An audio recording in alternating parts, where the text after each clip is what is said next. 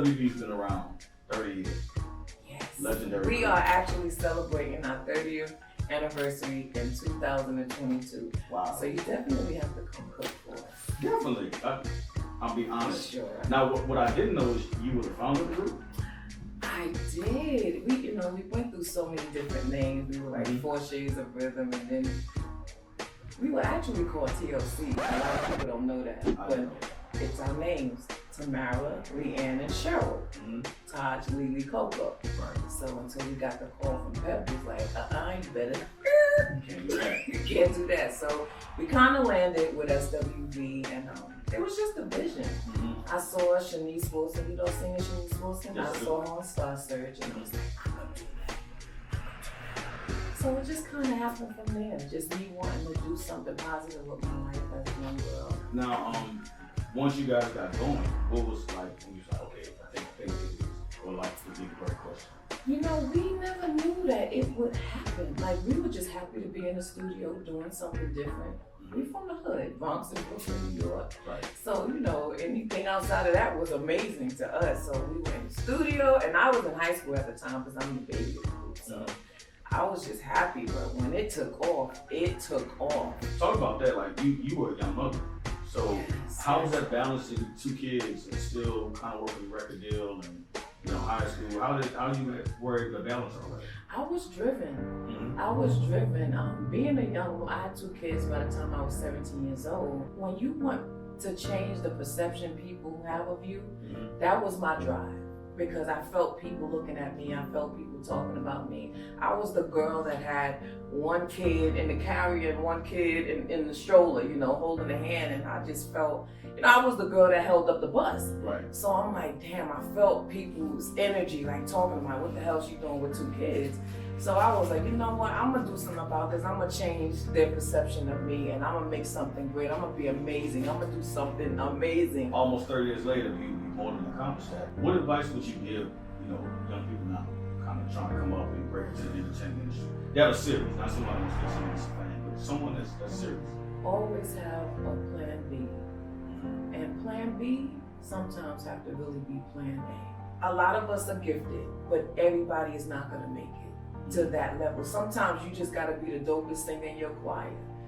Everybody is not gonna do the mainstream thing, and it just doesn't work for everybody, but I will always have that plan B. Well, throughout the years, you managed to have plans B, C, D, Oh, honey, I got plan A, B, C, and D. Yes, well, yes. This is a good plan B right here. You have a book out. Yes, I regret the day I lost my virginity. You and I should pass. How about that? Look at that. So, how'd this come about? Well, being in this industry, and I just feel like we don't really talk a lot. We want people to think that we have everything together, and this book actually chronicles everything I just talked about, like me being a young girl transitioning into the woman that I am today, and all the lessons that I learned in the process. And it was hard. I was homeless. Even after success, 1998, SWV broke up, I was homeless, I was in the street, not literally in the street, but I had a car I couldn't pay for, I was sleeping in my truck. It was crazy, but then I still had the drive. I just knew God was gonna change my situation. And look, one thing that I realized, if you look up, you could get up. And I am living proof of that. Like, success happened. We sold almost 30 million records, thank God. There was a downward spiral, and I was determined to get back up. So let's talk about that. So it's 1998, couch to couch. How were you able to pull yourself back up? After the whole suicide attempt thing, I was just done. This industry has a way of just taking you down. And with this new social media thing, you start believing what everybody say about you. You start hearing voices in your head. You ain't nothing. Because I didn't have the SWV thing, I felt that. I felt like there was no need for me to be here. So I was just done. I was at that point. I called my sisters and I was like, yo, I'm just tired of life. I'm tired of explaining. I'm tired of fighting. And it was that moment that there was a divine intervention when I called my sister, and it wasn't even any words to be said. Like she said, just come home. All of a sudden, it was like a beacon of light. And I just started beating myself up. Like, how could you even imagine allowing people to control how you move? I'm tired of that shit. Like, that's not me anymore. But I think the most important thing is to love yourself and show up for yourself. Be present for yourself. That's true. I mean, it's sad, but true. You have to learn that. Oh yeah, for sure. And so your sister said, come home, and then from there you was kind of able to. Yes, I got myself together. Like, I actually got a job, and it was the best experience ever for me. Where'd you work? Because I worked at this company called USI Energy, and I was doing like accounts receivables and accounting stuff. But it was so much fun. I met some amazing friends there. I was making $10.50 an hour and happy as hell. So from that, I had to get another car because I did a voluntary repo with the truck. I'm like, shit, I can't afford to pay this $500 a month note. So I just put it in. And I gave them what belonged to them. I'm like, if God blessed me one time, He's gonna bless me again. And I just knew that there was something greater for me as well. Even in that, I just left. I put my 2 weeks notice after my 5th year. I was like, you know, God, I don't know what I'm gonna do, but take the wheel. A week later, we got a call for SWV to perform in Japan. At that moment, we were barely speaking to each other, but it got us to a point where we were able to, you know, cry on the phone and just yell at it, whatever it took for us to kind of get that conversation going. But yo, it put me, that one show, when it happened, it put me like 30, 40 grand in the game. I ain't looked back since. 30 years later, the album, the book. And so you're a big family person. I am. I'm a grandmother. Congratulations. And that is one of the best titles that I have ever owned. So what are some things you guys like to eat being such a close family? So me and my family, we love soul food. I am a seafood lover. I'm shrimp, lobster all day, and crab legs. Okay. Well, I'll tell you what, I have a special shrimp dish we can make together. You interested? Oh, I'm gonna help you cook. Yeah. I hate cooking, but this should be fun. It's gonna be fun. Okay. And if you don't like it, you don't have to eat it. And I'm gonna take the responsibility for cooking. No, you sharp today, so if it tastes like the way you look, then I'm gonna get in. Compliments. We gonna eat some food today. Well, hey, having said that, me and LeLee will be right back. It's time for us to go cook. Ready to cook? I am. All right. So today we're gonna do Cajun shrimp and mussels. Okay. Mussels are in the clam family, and they open up when you steam them. So it'll be a fun little project at the end. Cool. See what? So we'll get started. We want a pan really hot. This dish will cook in about, I'd say 7 minutes, give or take. Now let me ask you a question about the pots. How important is it to have good pots and a hot pot when cooking? You definitely want good pots. If you go like, let's say cheap, the pot will buckle at the bottom because of the heat. So you want something that's sturdy, and you don't have to spend a bunch of money. You can go like KitchenAid from Walmart. That'd be a good start. So you really don't cook. I don't cook. Okay. Well, part of it is because I'm always on the road, and when I come back, my food is spoiled. But you gotta show me how to give my husband, like, you know, my sister tells me, you need to learn how to cook. You need to practice being a wife, and I guess this has a lot to do with being a wife, so I need to learn how to cook some mussels. And what's your sister's name? Jeanette. She's gonna get her husband right now. This is how we're gonna do this. We're gonna start with a little bit of oil. Okay, oil. And then we're gonna let it get hot. And again, you know it's hot when it starts to look like water. We're gonna add our onions. I'll add the onions. Okay. You wanna hear a sizzle, you wanna hear that. That's what you wanna hear right there. Now, we're gonna add tricolor peppers. Okay. For color purposes. Cook a nice. So that's just for decoration. Well, decoration and flavor. We all eat peppers. Okay.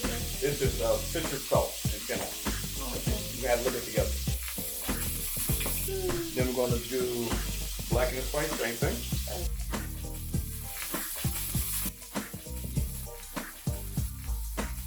We are going to add a little bit of wine. Wine? Yeah, wine for depth of flavor. Now it's not alcohol, like that burns out. Cooking wine. Wow. Now I have Chardonnay, but again, when you add it, you want to hear that sizzle. Wow. And as a little chef, you can do this. You better wash my hair. I've seen it. Oh, that was good. Now see, if I was dating you and you did this for me, I would be impressed. Next, you're gonna add our shrimp. And these are 1620 jumbos. And then again, more blackened spice. I'll let you add it. I'm gonna add salt while you do that. And this is a mint tarragon mix. We'll sprinkle a little bit on top. Wow. Then we'll take our spoon and stir it up. Stir it up a little bit. Give it a little bit of stir. Yeah, you know what you're doing. Stir in like a clockwise motion to get everything in there. I'm gonna fold everybody in there. See, Jeanette? You doing it? Oh wait, the shrimp is turning colors. Yeah. Look at that. It's cooking. Coming along real good. Thing. You can have a little strainer right there. If you can, I want you to squeeze the lemon on here through here. Okay. Gives it that kind of a lemon juice flavor without the seeds in it. Looks good. And it smells good too. And the black and the spice is the star of this show. You can be generous. We'll add a little bit of chicken stock. We're gonna add about a cup to it. Just pour it around in a circle like that. Okay. Now that he's starting to bubble, we're gonna add a little bit of our heavy whipping cream. So this one right here. Okay. Okay. Beautiful. There you go. We're gonna do a pinch of salt in here. Just that fancy salt. And so now at this point, we're gonna add our mussels. Okay.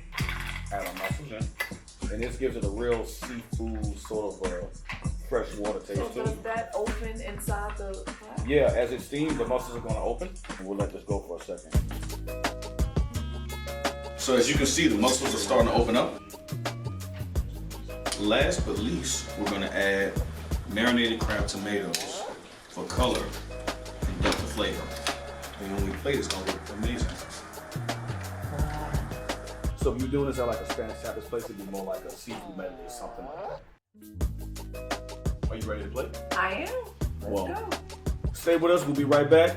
It's time to play. I'm so excited about this. Okay, so I'm trying to get my boyfriend to marry me. I need to make this look real sexy. I got you. Got me? Okay, let's do it. So I'm just going to scoop some of the goodies on first, and then I'll come back with the sauce. Okay. Start from this, like the center of the plate, and then you kind of work your way out from there. And then this is more like one of broth. So we just want to take, and you can take some of the sauce and just kind of move it around there.